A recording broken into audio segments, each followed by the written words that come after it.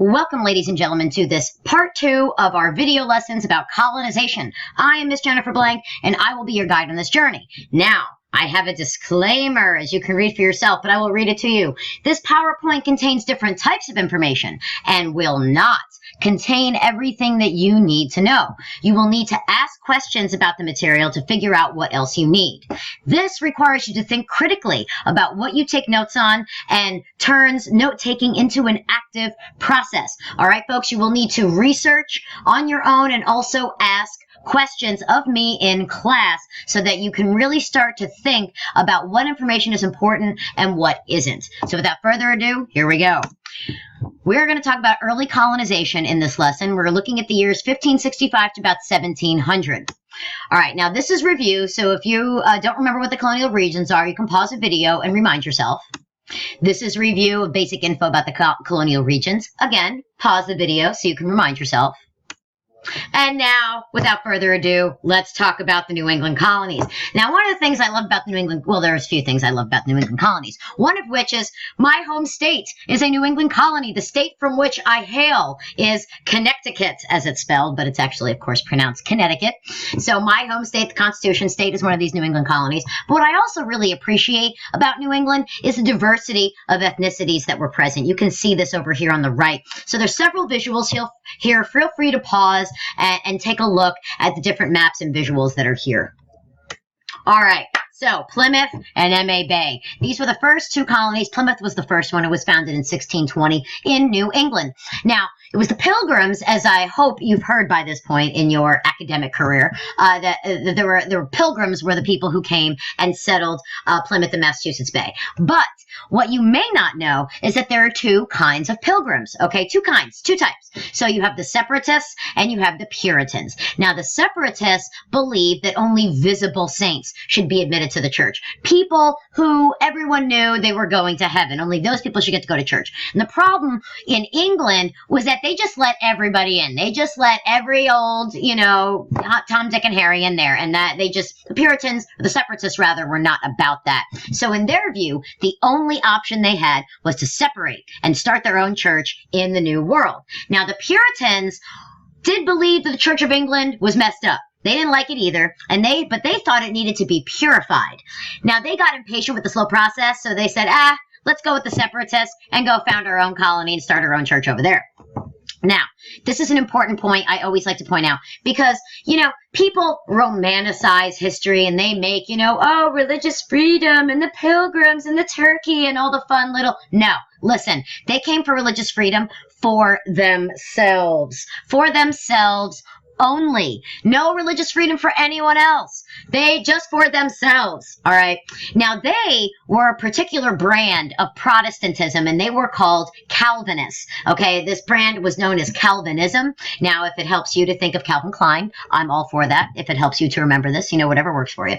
Now, this was a specific denomination or type of Protestantism that believed in these things. First one was predestination, that when you were born, it was predetermined. It was already decided. God had already said, all right, this one's going to heaven. No, this one's going to hell. It was already planned out. Okay, so the idea that if you did good things and were a good person, it could not save you. If you were supposed to go to hell, guess what? You're going. Come hell or high water, pardon the pun, you are going. No one could be certain of their spiritual status, however, because you really didn't find that out until, you died.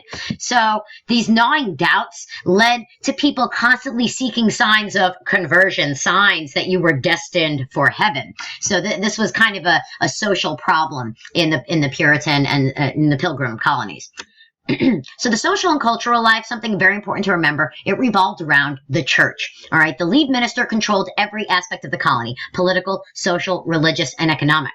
Major decisions were made in the church and for the sake of the church. Okay. So it was all about benefiting the church. That's what it was all about. Now, there are these two very important ideas called the covenant of grace and the social covenant. You should ask me about these in class because you're going to need to know what they are.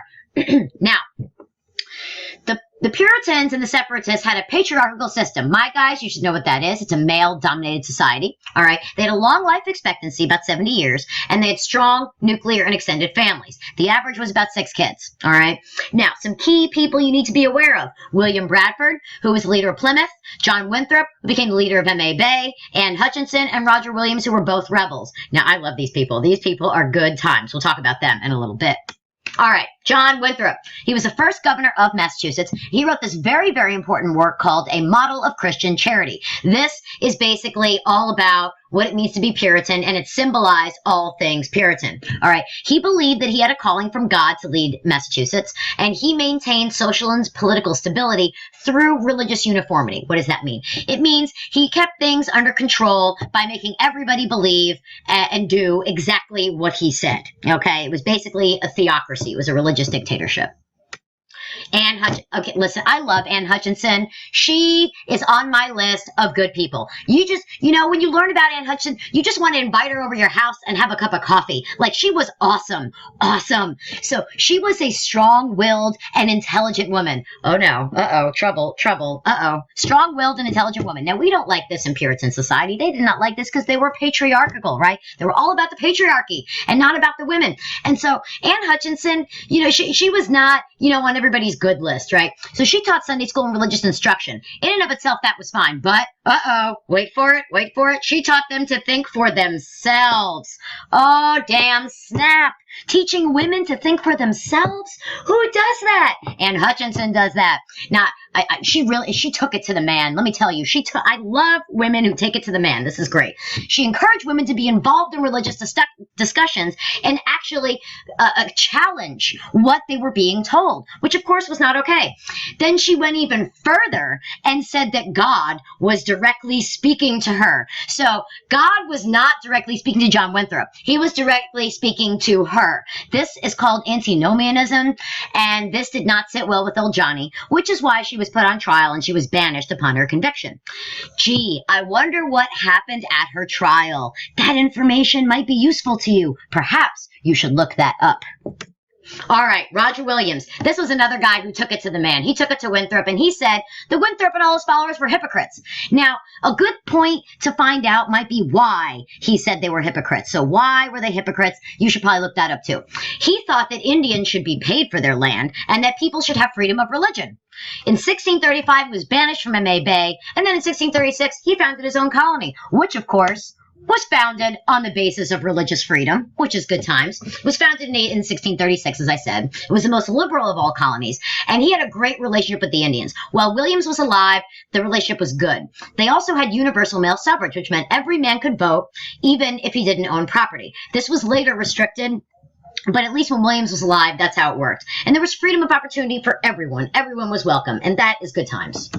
All right, so I want you to take a look at this map, pause the video, and I want you to see how quickly these little towns and villages and stuff just popped up within a very short span of time. So I just want you to pause the video and take a quick look at that.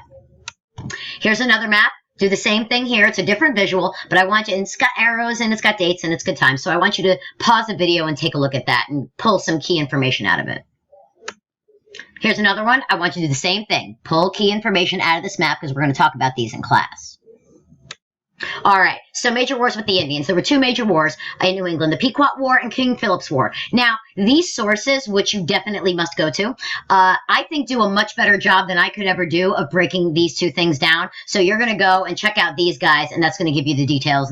These sites will give you the details you need. All right, now moving on to the middle colonies.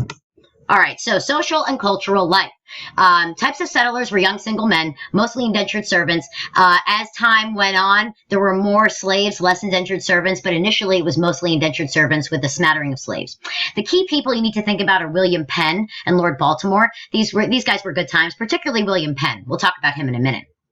So for the social cultural aspects, you have a strong merchant class, a developing slave class. There was a mix of New England and Southern characteristics, okay? They also were a melting pot. They had a mix of different races, ethnicities, and nationalities. Freedom of religion was common, and the Dutch were a major, major influence here until about the 1660s, okay? Their major economic activities were trade and cash crops. So that's important to know. All right, New York. It originally belonged to the Dutch. It was known as New Amsterdam. It was acquired by the English in 1664 and renamed New York after that.